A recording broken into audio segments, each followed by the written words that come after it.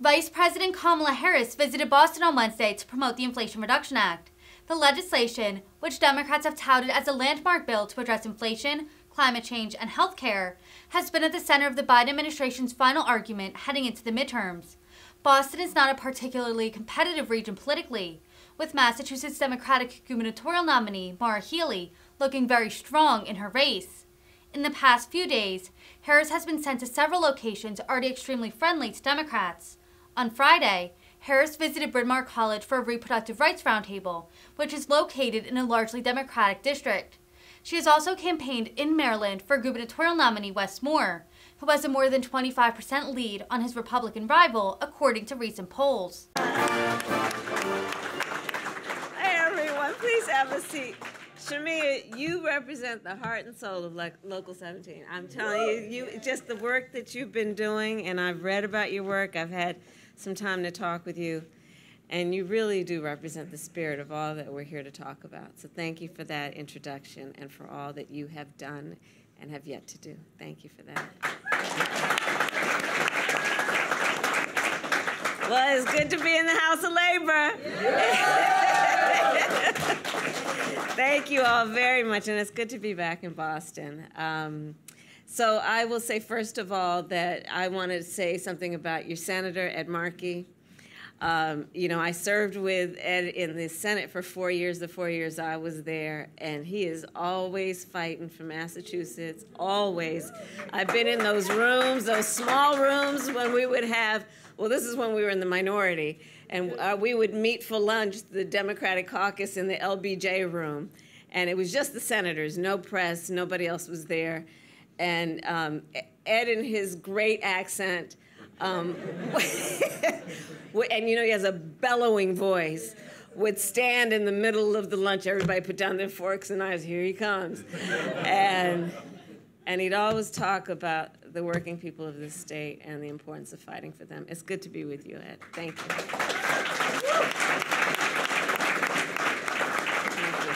And he worked for 13 years on so much that is the foundation of us convening today. So thank you for that. I also want to recognize, of course, your representative, Ayanna Pressley. Talk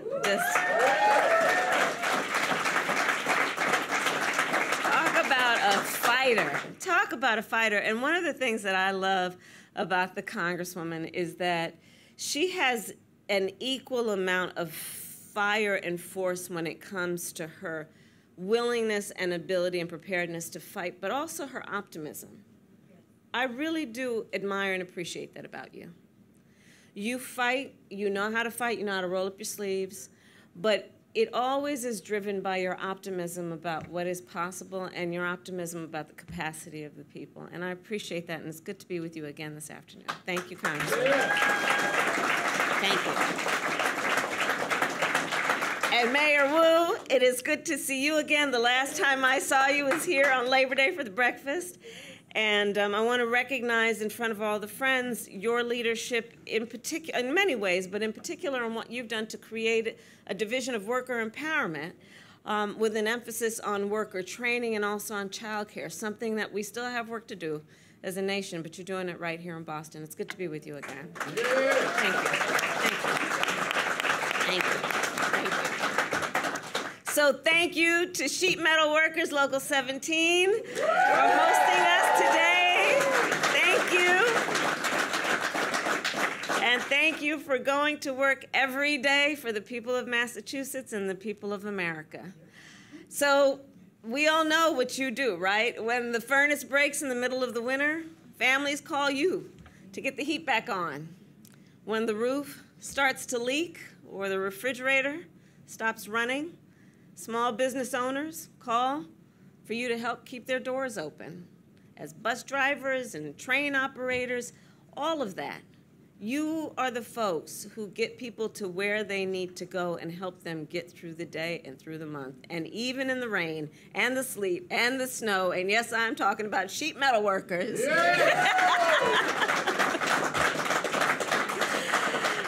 You are moving our nation forward, and so it's so good to be with you.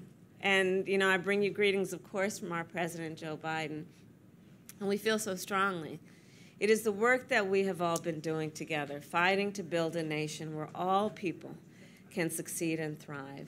That is some of the best work that I think can be done. We are fighting, of course, together to create millions of good-paying, good union jobs. Yes. To protect workers' rights, to expand American manufacturing, and to lower costs for American families. And the President and I continue to make lowering costs one of our highest priorities. We lowered the cost of health care by capping insulin prescriptions for seniors at $35 a month. And you know, for many of us, we've traveled around the country and we've met with seniors who have diabetes.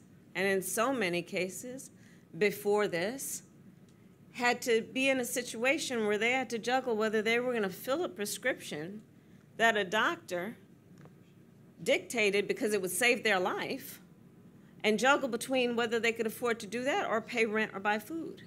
So this cap of $35 a month is going to be life-saving in addition to bringing down cost.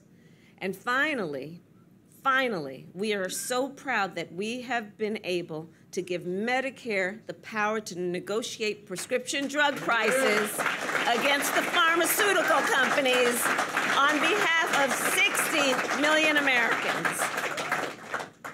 And we passed a tax cut, not for corporations, but for parents, to give them up to $8,000 more in their pocket to help with the expenses of raising a child, of parenting our children, the cost of things like food and medicine and school supplies, up to $8,000 more in their pocket. Yes. We are also canceling student loan debt for millions of Americans,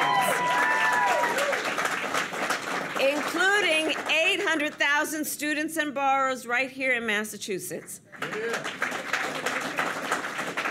And help us get the word out, because here's the reality of it. For so many of these young people, these young leaders, there are those who couldn't even complete their education in these colleges and universities through graduation because it just got too expensive, and they still have the debt, even though they weren't able to graduate. So please help get the word out that even if they did not graduate, they are eligible for this debt relief of up to $20,000.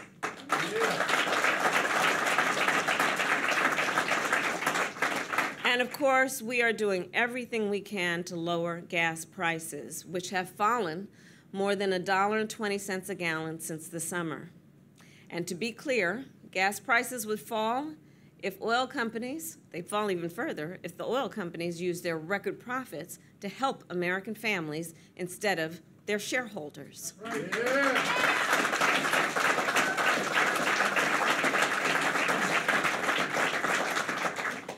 And finally, we are fighting together to lower home energy costs for families across the nation, which is the subject that brings us together this afternoon.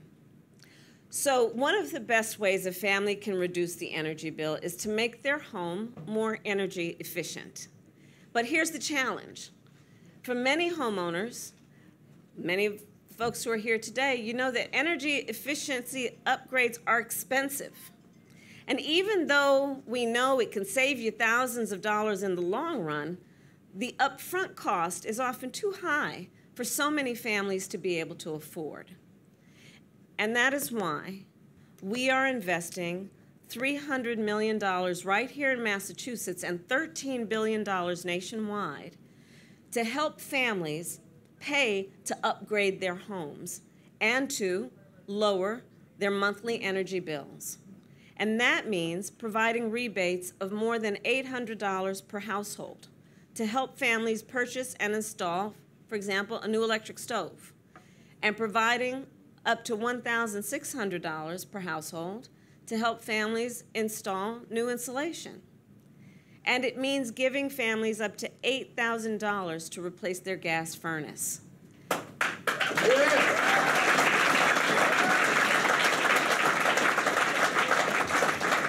And to be clear, an electric heat pump is significantly cheaper to run. In fact, I was talking about, I've been looking at the diagrams in the back hall of the HVAC system. It's really very intricate and requires an incredible level of education and skill. I have mad respect for those who are putting them together and installing them.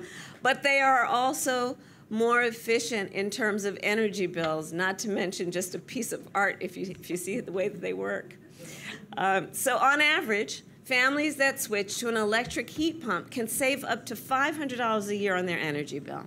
And since heat pumps do not burn oil or gas, they also mean cleaner air inside your home. At the same time, we will also provide immediate help to low-income families to pay their energy bills this winter.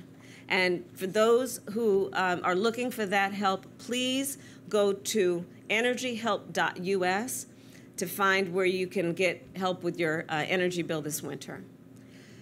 So as the workers here know, these investments will also create jobs. Jobs for electricians who do the residential wiring. Jobs for laborers who install energy-efficient windows and doors. Jobs for sheet metal workers.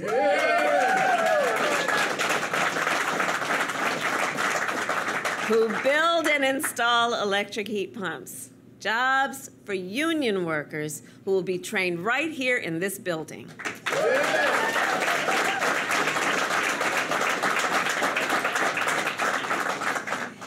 And in addition to lowering costs and creating jobs, this investment will also help us fight the climate crisis.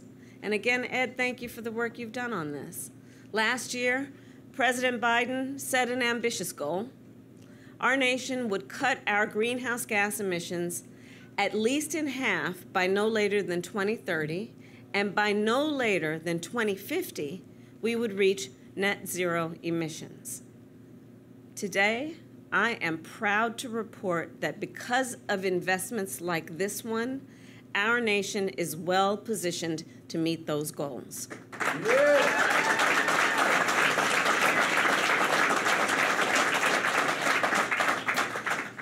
So, Local 17, Boston, here's the point. We are working, all of us together, at the intersection of so many important priorities. By helping families pay the upfront cost for energy efficiency upgrades to their homes, we are also lowering energy bills, bringing down household costs, creating jobs, and fighting the climate crisis. It's all connected. It's all connected with this effort. And it is helping us to build a nation where all people can succeed and thrive. So I thank you all for the work you have done. It is this kind of leadership and collaboration that will allow our nation to grow its strength, its prosperity, and its position of leadership around the globe. I'm very proud of what we are doing here, and I thank you for the hard work that went into all of it. May God bless you, and may God bless America. Thank you all.